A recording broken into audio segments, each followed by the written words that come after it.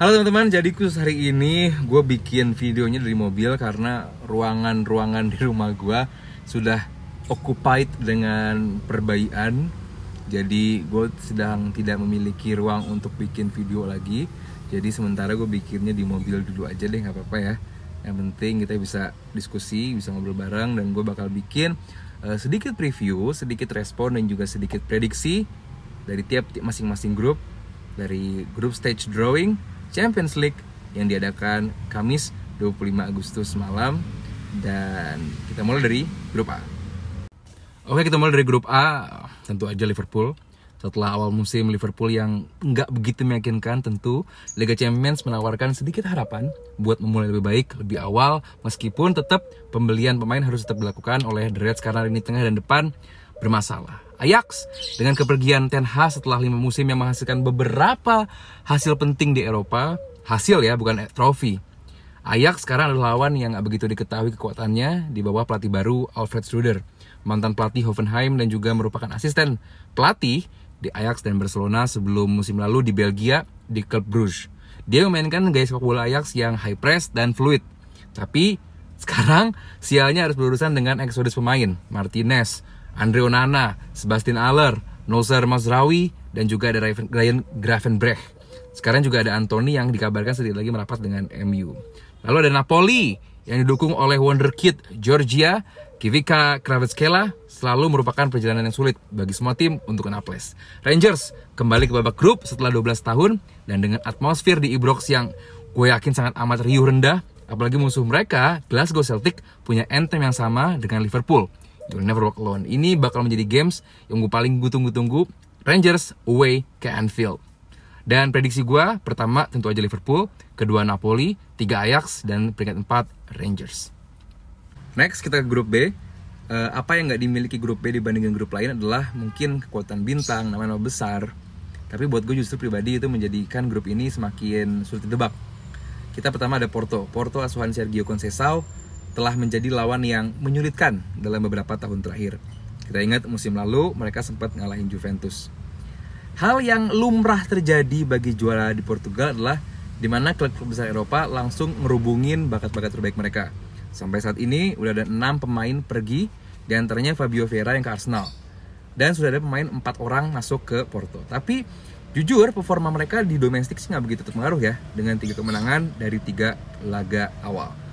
Selanjutnya ada Atletico Madrid. Ya kalau Atletico sih nggak asing ya, maksudnya pasti pertanyaannya adalah mampukah Diego Simeone berubah menjadi lebih menyerang dan lebih progresif dengan situasi tekanan keuangan yang makin menggigit. Next ada Bayer Leverkusen yang finish ketiga di Bundesliga musim lalu, dan berkah bagi mereka karena pemain mereka bintangnya banyaknya memilih bertahan dengan tim itu. Tapi dengan 4 kekalahan beruntun di Bundesliga musim ini, gue ngeliat Leverkusen bisa bicara banyak sebaik musim lalu.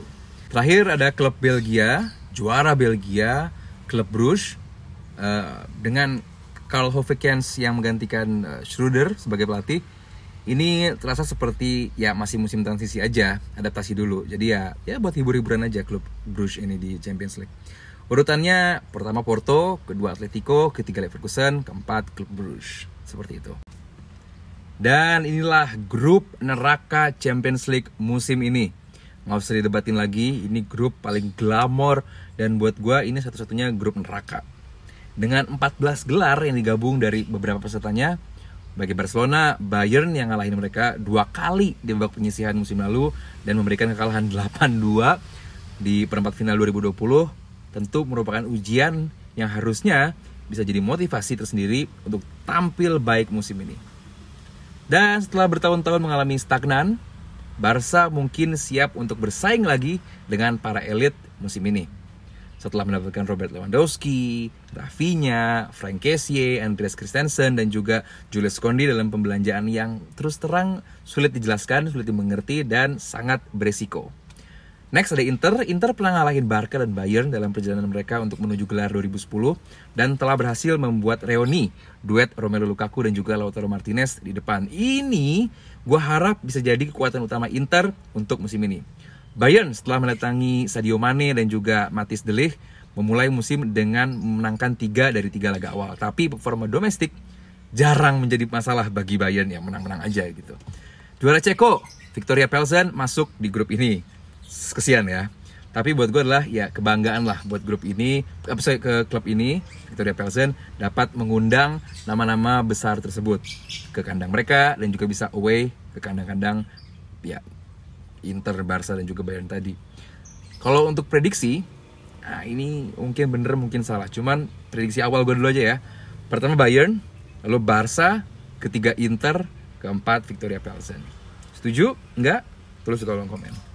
Lalu ke grup nomor 4, grup D. Bagi Tottenham, beruntung banget mereka dapat grup yang relatif mudah. Ditambah mereka punya stadion yang luar biasa, mereka punya manajer luar biasa, dan kedatangan beberapa pemain kayak Richarlison, Yves Bissouma, Ivan Barisic, dan mereka mungkin sekarang dapat menantang lagi musim ini secara lebih serius. Tapi keberuntungan mereka yang paling signifikan tentu bisa satu grup dengan kekuatan-kekuatan terlemah di pot 1, yaitu Eintracht Frankfurt. Justru bagi Eintracht Frankfurt ada di urutan 11 musim lalu, kehilangan Filip Kostic dan belum memenangkan satu pertandingan pun di Liga musim ini. Dan gue gak yakin mereka tetap bisa berbuat banyak musim ini. Bahkan sekedar terjun ke Europa League buat gue Frankfurt susah. Sporting finish 6 poin di belakang Porto musim lalu, dan kemarin kalah 3-0 dari Porto, ditambah hasil imbang 3-3 dengan Braga dari pembukaan Liga Portugal. Ada kekhawatiran besar atas tim asuhan Ruben Amorim ini.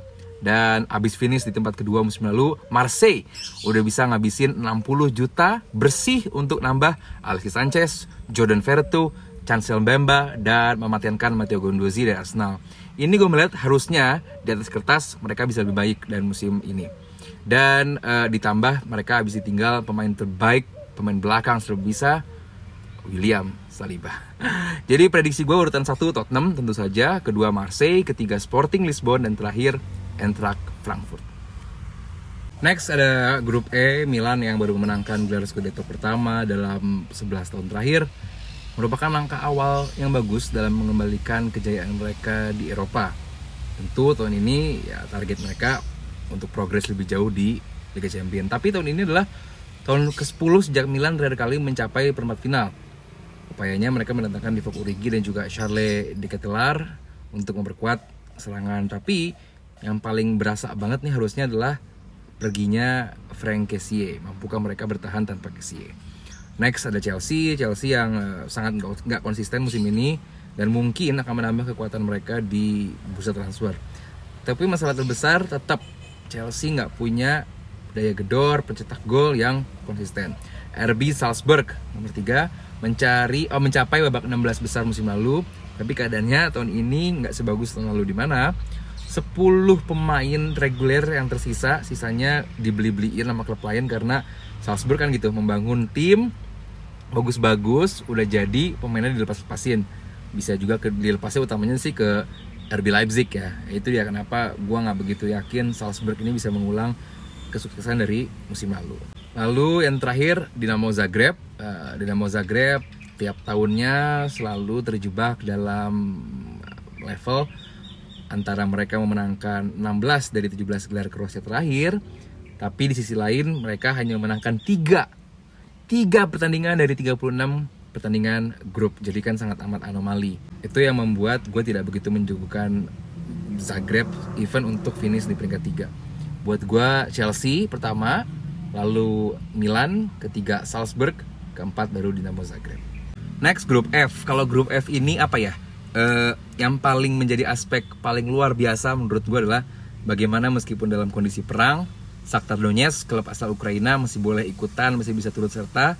Tapi mereka harus rela nggak main di Ukraina, tapi mainnya di Warsawa, Polandia. Selain itu juga kondisi yang tidak ideal adalah mereka harus rela kehilangan beberapa nama pemain setelah FIFA mengizinkan mereka untuk memutuskan kontrak secara sepihak.